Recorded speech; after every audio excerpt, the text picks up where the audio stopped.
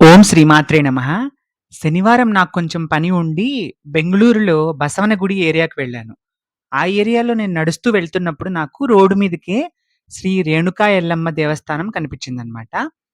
So, నేను లోపలికైతే వెళ్ళాను. టైమింగ్స్ వచ్చి మార్నింగ్ 6:30 నుంచి 12:30 వరకు, ఈవినింగ్ 5:30 నుంచి 8:30 వరకు అని రాసుంది. నేను వెళ్ళినప్పటికి ఆల్మోస్ట్ క్లోజింగ్ టైమ్ అనమాట. 12 దాటింది.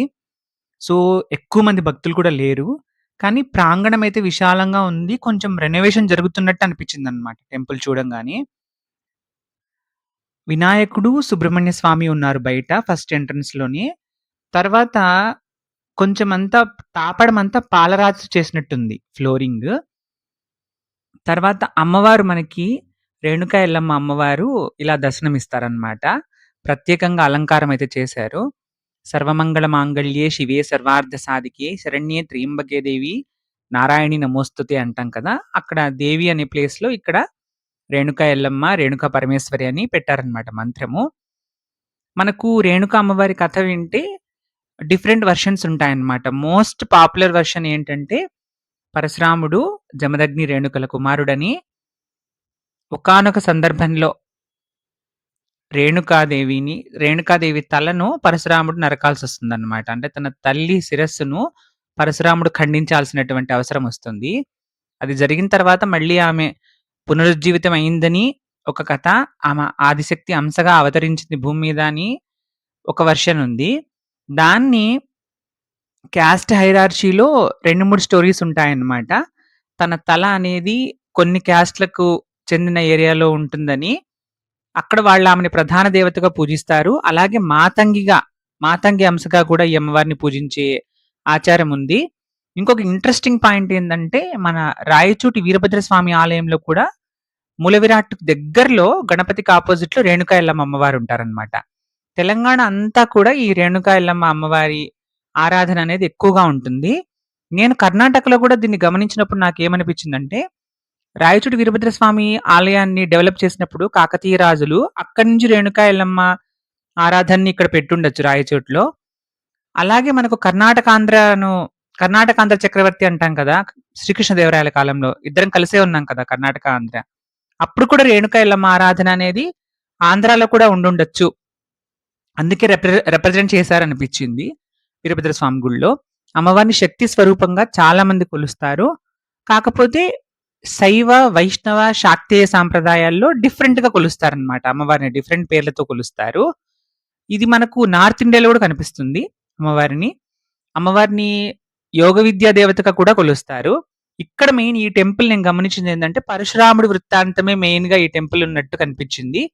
ఇంకొక పాపులర్ కల్చరల్ రెఫరెన్స్ ఇంకోటి ఏం చెప్పొచ్చంటే, 'స్టార్ సువర్ణ' సీరియల్‌లో 'రేణుకా ఎల్లమ్మ' అనే పేరుతో సీరియల్ వచ్చేది. 2023లో అనుకుంటాను. అది 'స్టార్మాల' గూడా వెర్షన్ వచ్చేది, తెలుగు వెర్షను.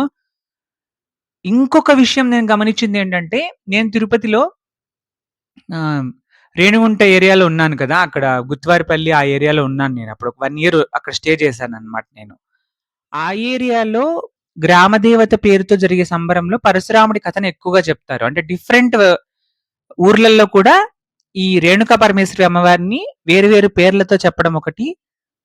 అటు సైడ్ జరిగే చాలా జాతరలలో కూడా ఈ పరశురాముడి కథ అనేది చెప్తారనమాట. అది ఒగ్గు కథ గాను, బుర్ర కథ గాను కూడా మన కల్చర్‌లో చాలా పాపులర్ అన్నమాట ఇది.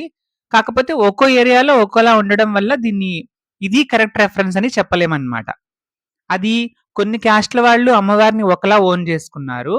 వైష్ణవాల్లోనేమో పరశురాముడి తల్లిగా ఓన్ చేసుకున్నారు. శాక్తేయంలో అమ్మవారిని యోగ విద్యగాను రకరకాల పేర్లతో ఓన్ చేసుకున్నారనమాట.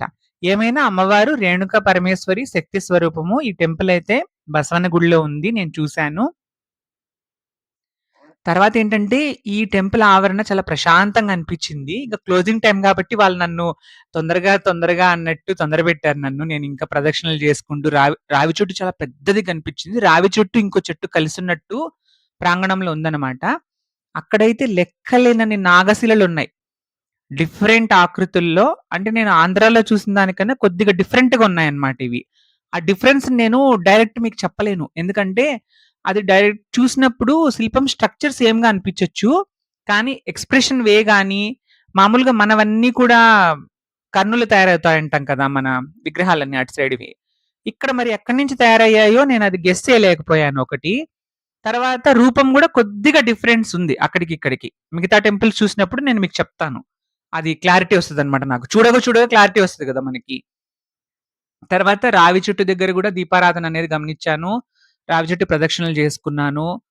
మూలతో బ్రహ్మరూపాయ, మధ్యతో విష్ణు రూపిణి, అగ్రతో శివరూపాయ, వృక్షరాజాయ నమో నమః అని త్రిమూర్తి స్వరూపంగా రావి చెట్టుని మనం ప్రార్థిస్తాము. అలాగే రావి చెట్టు కింద నాగశిలలు గూడా ప్రతిష్ఠితమై ఉన్నాయి. అనంతం వాసుకిం శేషం పద్మనాభం చ కంబలం శంఖపాలం ధృతరాష్ట్రం తక్షకం కాళీయం తథా అని మనం నవనాగుల పేర్లు గూడా చెప్పుకుంటాం గదా! నాగశిలలు చూసినప్పుడు. అలా చెప్పుకొని ప్రదక్షిణలు చేశాను. అప్పటికే టైం అయిపోతుంది. టెంపుల్ క్లోజ్ చేస్తున్నారనమాట. టెంపుల్ ఆవరణ బయట మెయిన్ గేట్ క్లోజ్ చేసేస్తున్నారు. సో, మనం లోపల ఉండడానికి ఉండదు. కానీ పచ్చని చెట్లు చాలా బాగుంది టెంపుల్ అయితే. ఒక గంట ముందుగా గనక వెళ్ళుంటే ఎక్కువ సేపు గడపొచ్చు అనిపిచ్చింది. గర్భగుడిలో అయితే అమ్మవారిని చూసుకున్నాను. ఇబ్బందేం లేదు. బయట ఎక్కువ సేపు గడపలేకపోయాననమాట వాటిని చూస్తూ. తర్వాత ఇక్కడ శివలింగం గూడా ఉంది. నాగలింగేశ్వరుడిగా స్వామివారున్నారు. ఎవరైనా దోషాలు పోవడానికి ఒకే నాగప్రతిమలను ఎక్కువ సార్లు ప్రతిష్ఠించినట్టు అనిపిచ్చింది. అంటే డిఫరెంట్ రీజన్స్ కోసము. ఇంకొకటేంటంటే ఇక్కడ గమనిచ్చింది బయట కూడా వాహనం ఉంది. అంటే ఇక్కడేమైనా ముందు విగ్రహం ఏమన్నా ముందు బయటుండేదా అని నాకు డౌటొచ్చిందనమాట. తర్వాత ఏమన్నా ప్లేస్ మార్చారా అనేసి. ఇది యాక్చువల్‌గా వెనకలంతా పార్క్ లాగా ఉంది. మెయింటెనెన్స్ చేస్తే ఇంకా బావుంటుందనమాట. సూపర్‌గా ఉంటది. రెనోవేట్ చేసి, ఆ పార్క్ ప్లేస్‌ని గూడా కొంచెం తీసుకొని గనక మనకు భక్తులకి మెయింటైన్ జేస్తే చాలా బావుంటది. నేను ఎళ్ళినప్పుడల్లా నేను చూసినప్పుడల్లా ఇది బావుంటది, ఇలా చేస్తే బావుంటదని అంటాను గానీ, నే నేను చెప్పడానికి నేనెవరిని, వాళ్ళ ప్లానింగ్స్ వాళ్ళకుంటాయి. కానీ చూసినప్పుడు ఇంకా కొంచెం డెవలప్ చేయొచ్చు అనిపిస్తదనమాట. అన్నీ కొన్ని మనీ కన్‌స్ట్రెయింట్స్ అవన్నీ ఉంటాయి గదా! మనం డైరెక్ట్‌గా ఏది కామెంట్ చేయలేము. ఇక్కడ మీకు డిఫరెంట్‌గా నాగశిలలు కనిపించడము ఒకటి అబ్జర్వ్ చేస్తే, సుబ్రహ్మణ్య స్వామి చిన్న గుడి అయినా కూడా ఉపాలయంగా బయటుంటారు స్వామివారు. పైన మనకు తిరుప్పరకుండ్రం అంటాం కదా! అంటే సుబ్రహ్మణ్య స్వామి 6 క్షేత్రాల పేర్లున్నాయి కదా! తిరుప్పరకుండ్రం, తిరుచెందూరు, పళని, స్వామిమలై, తిరుత్తణి, పళముదిర్చోలై అవున్నాయి కదా! వాటన్నిటిలో ఉన్నటువంటి స్వామి రూపాల్ని ఒకటేసారి పైన పెట్టేసారనమాట. అంటే అదొక్కటి జూసి స్వామి 6 క్షేత్రాల్లో ఉన్నటువంటి దర్శనాన్ని మనం చేసుకున్నట్టు. అదొక ఫీలింగొచ్చింది నాకు. నేను యాక్చువల్‌గా అన్నిటికి వెళ్ళలేదు. స్వామిమలై వెళ్ళాను. ఇంకా నాకు పెండింగ్ ఉన్నాయన్నమాట. ఆరుపడే వీడు అంటాం గదా!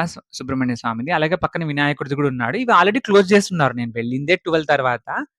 గర్భగుడిలో అమ్మవారినైతే చూసుకున్నాను. ఇంకోటేంటంటే ఇక్కడ బలిపీఠాలు గూడా స్క్వేర్ షేప్‌లో ఉన్నాయి. స్క్వేర్, రెక్టాంగిల్‌గా మారుతున్నాయన్నమాట. మన దగ్గరున్నట్టు రౌండ్‌గా ఉండి పైకట్లా వస్తాయి కదా! ఆ షేప్‌లో లేవు. అదొకటి గమనిచ్చాను. ఇంకా పూజా వివరాలైతే ఇక్కడ ఉన్నాయి. ఇంట్రెస్ట్ ఉన్న వాళ్ళు చూడొచ్చు. మీకు ఇంట్రెస్ట్ ఉంటే డిస్నీ ప్లస్ హాట్‌స్టార్‌లో వెర్షన్ ఉందన్నమాట. స్టార్ సువర్ణలో, స్టార్ మాల గూడా కన్నడ, తెలుగు. రేణుకా ఎల్లమ్మది. కొద్దిగా డిఫరెంట్ స్టోరీ అనిపిస్తది చూసినప్పుడు. అది కూడా ట్రై చేయండి ఆసక్తి ఉంటే గనక.